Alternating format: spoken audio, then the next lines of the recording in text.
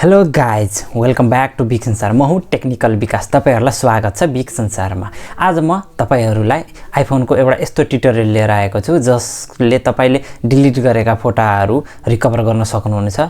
कतिपय कन्डिसनमा के हुन्छ भन्दाखेरि तपाईले अनजानमा अथवा झुक्किएर कुनै पनि फोटो अथवा भिडियो डिलिट गर्न पुग्नुहुनेछ। अर्थात् कुनै पनि प्रेम प्रेमिकाहरू अथवा कुनै पनि आफन्तहरुमा आपसी असमझदारी र अनि त्यसै सम्बन्ध चिसिएको कारणले गर्दाखेरि तपाईले उक्त व्यक्तिलाई आफ्नो मेमोरिजबाट हटाउनका लागि फोटो अथवा भिडियो डिलिट गर्न सक्नुहुनेछ। त्यस्तो अवस्थामा पछि तपाईको मन शान्त भइसकेपछि अथवा मनलाई कन्ट्रोल गरिसकेपछि तपाईले पछि गएर पछुताएर फोकटमा किन डिलिट गरेछु भन्ने जस्तो अवस्था सिर्जना हुन सक्छ। त्यसकारणले तपाईले अब त्यो कुनै चिन्ता मान्नु पर्दैन, किनकि आइफोनमा यस्तो फिचर्स रहेको छ जहाँ तपाईले डिलिट गरिसकेका फोटाहरूलाई पछि तपाईले चाहेमा फेरि 40 दिन भित्रमा रिकभर गर्न सक्नुहुनेछ। लौ त यो ट्युटोरियलबाट पुरा हेरौँ। सबभन्दा पहिला तपाई आफ्नो मोबाइलको ग्यालरीमा जानुहोस्, जुन आइफोनमा फोटोज भनेर लेखिएको हुन्छ। तपाईले यहाँ देख्न सक्नुहुन्छ क्यामेराको छेउमा। अनि त्यसपछि तपाई आफ्नो फोटो ग्यालरीमा आइसकेपछि यहाँबाट कुनै पनि एउटा फोटो डिलिट गर्नुहोस् अथवा भिडियो पनि डिलिट गर्न सक्नुहुन्छ। मैले यो डिलिट गरेर देखाउँछु। डिलिट भनेर लेखिएको छ, मैले डिलिट गरेको छु। अब डिलिट गरिसकेपछि यो कहाँबाट प्राप्त गर्ने फेरि र कसरी यसलाई फेरि डिलिट त गरियो, अब यहाँबाट गइसक्यो, यहाँ आउँदैन। जहाँ तपाईले हेरे पनि कसरी रिकभर गर्ने भन्दा यहाँ साइडमा तपाईले एल्बम देख्न सक्नुहुन्छ। एल्बममा जानुहोस्। एल्बममा गइसकेपछि त्यहाँ तपाईले लास्टमा अदर एल्बम्स भनेर देख्न सक्नुहुन्छ। त्यहाँ इम्पोर्ट्स हिडन अनि रिसेन्टली डिलिटेड भनेर देखाएको छ। त्यसमा रिसेन्टली डिलिटेडमा क्लिक गर्नुहोस्। त्यहाँ क्लिक गरिसकेपछि तपाईले क्लिक गरेको आउनेछ।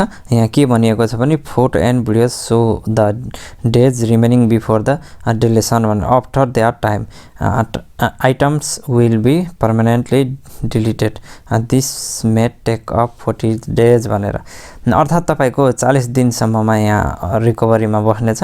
40 दिनपछि तपाईले यहाँबाट पनि पाउन सक्नु हुँदैन। त्यस हुनाले ग्यालरीबाट अथवा मेन फोल्डरबाट तपाईले डिलिट गरिसकेपछि फोल्डर यहाँ 40 दिनसम्म तपाईले प्राप्त गर्न सक्नुहुनेछ र यहाँबाट रिकभर गर्न सक्नुहुनेछ। ल अघि भर्खर मैले डिलिट गरेको फोटो यहाँ देख्न सक्नुहुनेछ र यहाँ म क्लिक गर्न गइरहेको छु फोटोलाई। क्लिक गरिसकेपछि तपाईलाई यस्तो इन्टरफेस देखाउँछ तलपट्टि। यहाँबाट पर्मानेन्ट डिलिट गर्ने हो कि तपाईले रिकभर गर्ने हो। मैले रिकभर गरेर र रिकभर फोटोमा क्लिक गरिसकेपछि यो फोटो फेरि तपाईले पहिलाको ठाउँमा पाउन सक्नुहुनेछ रिकभर गरेर।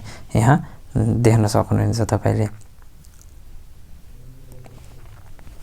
ट्युटोरियल कस्तो लाग्यो तपाईहरुलाई?